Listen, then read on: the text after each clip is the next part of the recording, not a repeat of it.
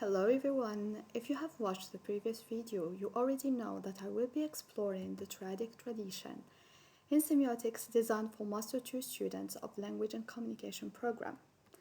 My name is Dr. Hanane Ait Hamouda and I'm an assistant lecturer at Mouloud Mammeri University, Department of English. First, let's have a look at the lecture's contents. It is organized as follows: introduction, objectives, the person semiotics, and finally, the person sign and the process of semiosis. Before diving into the details of the lecture, let's briefly introduce it. The triadic tradition in semiotics developed by Charles Sanders Peirce offers a three-part model for understanding signs and meaning making. It introduces a dynamic process involving the representative, the object, and the interpretant. This structure lies at the heart of semiosis, the ongoing process of interpreting and constructing meaning. Let's move now to the objectives. By the end of this lecture, the students are expected to be able to compare Peirce's triadic model with other semiotic theories, recognize and explain the key concepts of the process of semiosis, examine how Peirce's concepts of semiosis applies to cultural, linguistic, and technological contexts. Last but not least, to be able to analyze a cultural or media artifact using Peirce's triadic framework. Without further delays, let's get to the point, starting with the Peircean semiotics. Here are some definitions of semiotics provided by different scholars. Semiotics is viewed by Umberto Eco as concerned with everything that can be taken as a sign, such as words, images, sounds, flavors, or objects. Peirce also emphasized that semiotics encompasses all systems of signs, regardless of their form, as long as meaning is attributed to them. For Peirce, semiotics is a doctrine of signs and is closely linked to logic, which he sees as the study of how humans think and construct meaning. In this sense, logic includes necessary conditions for attaining truth. Peirce's model of semiotics is characterized by three main principles, which are general, triadic, and pragmatic. It is general in the sense that triadic semiotics is concerned with all kinds of signs, not only the linguistic ones. It is triadic because the meaning-making process occurs thanks to the relationship between three complementary components, which are representative, object, and interpretant, and it is pragmatic because the meaning construction process is achieved thanks to taking into account the context and the situation. Peirce identifies three foundational categories of semiotics that ensures the meaning making, which are firstness, secondness, and thirdness. Let's start with firstness. Firstness represents the realm of pure possibility, feelings, qualities, or states that exist independently of anything else. An example of it is the abstract notion of happiness. Secondness involves actual experiences or interactions. It is what happens when qualities meet reality. For instance, hearing a knock at the door is a secondness experience.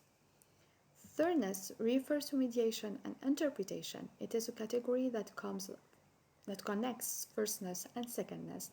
Through thirdness, we associate meaning to events such as linking the sound of an alarm to an emergency. And this table summarizes the three categories of semiotics with examples for each category. Let's move now to the Peircean sign and the process of semiosis. Starting by what is the Peircean sign?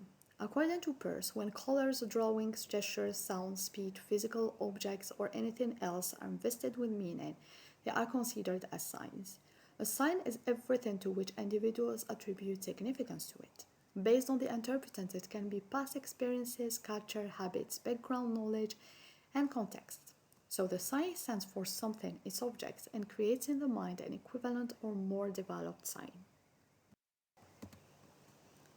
The Peircean semiotics consider that the sign is composed of three complementary components, which are representative, object, and interpretant.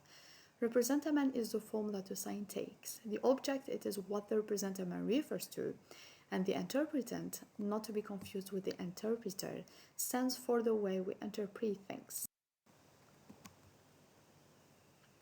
According to Peirce, the representamen can take the form of an icon, an index, and a symbol. An icon is a mode in which the representamen is perceived as resembling or imitating the object, for example, a portrait of a girl.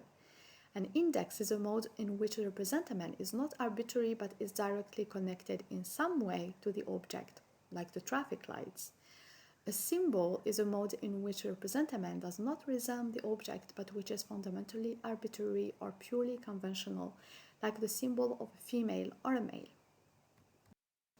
He also considers that the object has two types, which are the immediate object and the dynamical one.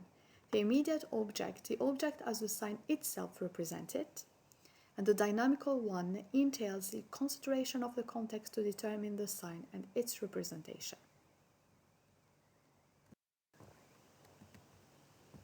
Peirce also identifies three types of interpretant, which are the immediate interpretant, the dynamical one, and the final one.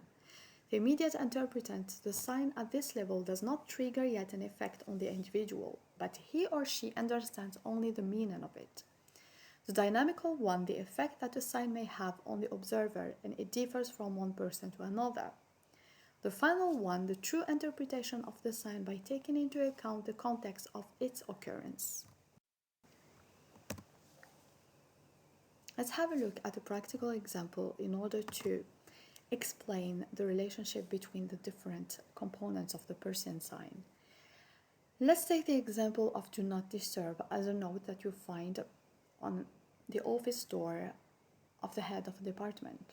So the representamen is the note itself. It is the visual form, the written words.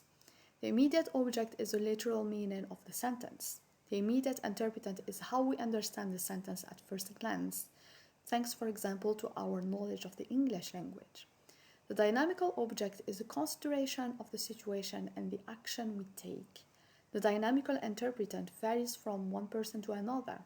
A student might wait or return later, while a colleague might send a message or still knock.